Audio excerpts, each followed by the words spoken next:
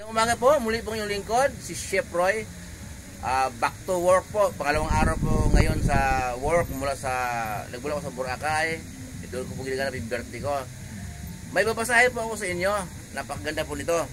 Madalas ko po itong binabasa tapos pinupost ko. Ngayon po, babasahin ko po ulit at ipopost ko po sa inyo dahil nababagay po sa panahon ngayon. Malapit po eleksyon kasi. Dalawang tulog na lang, eleksyon na po. Kaya pakinggan po ninyo. Babasahin po ninyong lingkod sa Roma 13:1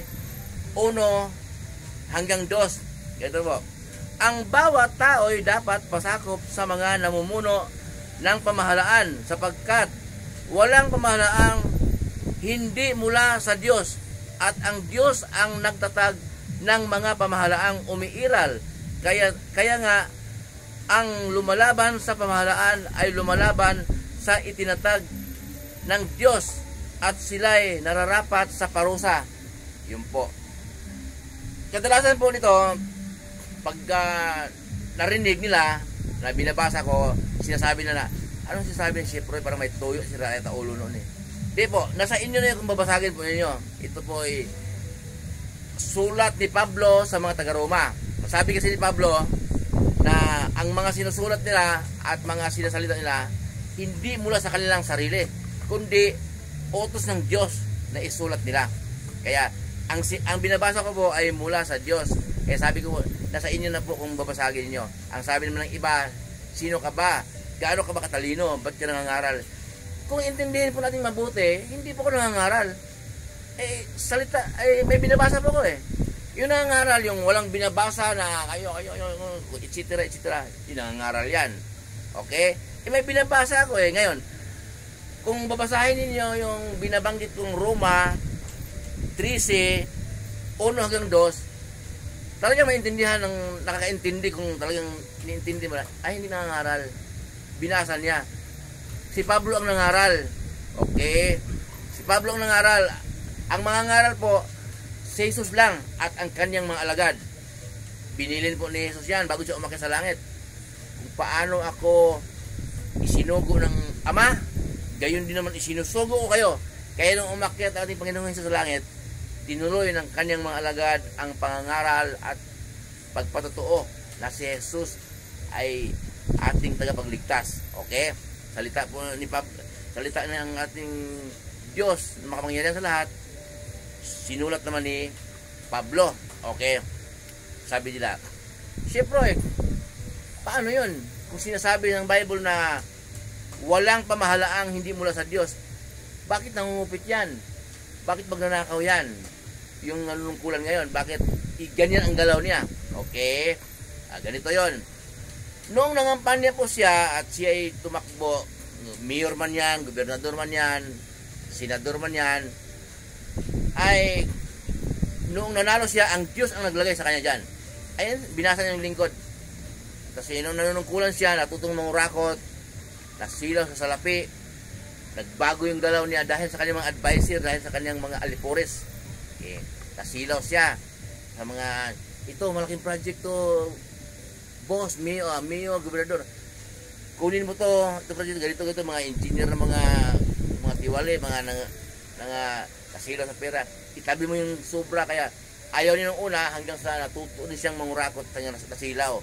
Pero hindi lahat ng nanungkulan sa gobyerno ganon. Pero yung mga comment kasing iba eh. Nung nanalo ko si Bongbong Marcos, may pare na nagsasalita. Bakit binoto ninyo ang magnanakaw? Sayang, pare pa naman siya. Hindi ko lang pangalanan na. Pare siya, nakasuot ng pangpare, nakasuot ng pangpare. Hindi niya naiintindihan to. Hindi niya nabasa to. Imposible. Nabasa po niya, pero kasi sabi po naman, hindi ako magtaka dahil sabi po naman ni Jesus nung siya nangangaral pa. Sabi ni Jesus, ang diablo ang inyong ama. So, mayroon talagang nangangaral. Ayun, mayroon talagang nangangaral na sarili lang niya ang pinapromote niya. Yun, yung pare na yun. Dahil maraming galit kay Marcos, maraming ayaw kay Marcos, doon siya dumidepende sa ayaw kay Marcos. Doon siya pumanig para ihangaan siya. Sarili niya ang pinapromote niya. Okay? Kaya, ibig sabihin ito, nung naupo yung politika niyan, ang Diyos ang naglagay sa kanya dyan. Okay, natutong mangurakot, huwag po tayong magrebelde. Nakasulat ba? Nakasulat din po. Roma pa rin. 12:19, sabi, mga minamahal, huwag kayong maghigante. Ipaubaya ninyo iyan sa galit ng Diyos sapagkat nasusulat sa akin ang paghihigante. Ako ang gagante, sabi ng Diyos. O, kung sinong urakot man at nagkabiyado tayo, hayaan mo na ang Diyos ang gumante.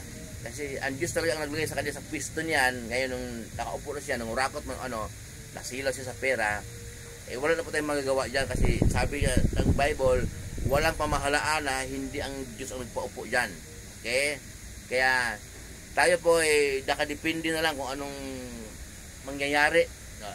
Ibig ko sabihin, kung tayo man ay campaign manager man o utos ng mga politiko na mga kampanya, binigyan ka naman ng pera, binigyan magbahay-bahay mga kampanya, okay. Tanggapin natin dahil pera yan eh. Okay? Kailangan din natin yun. Walang plastikan ha. Kailangan natin pera talaga. Ngayon, yung boss natin na kandidato, pag natalo, ang ibig po sabihin, walang pikunan dahil nakasulat po na ang Diyos ang nagtatag. Ang Diyos ang nagdesisyon kung sinong maupo sa pwesto. Kaya, wala pong pikunan. Kung ikaw mismo natalo, mayor ka man, gobernador ka man, senador ka man, wala pong pikunan dahil ang Diyos ang naglagay sa pwesto kung sino maupo. Muli po ang inyong lingkod, si Chef Roy.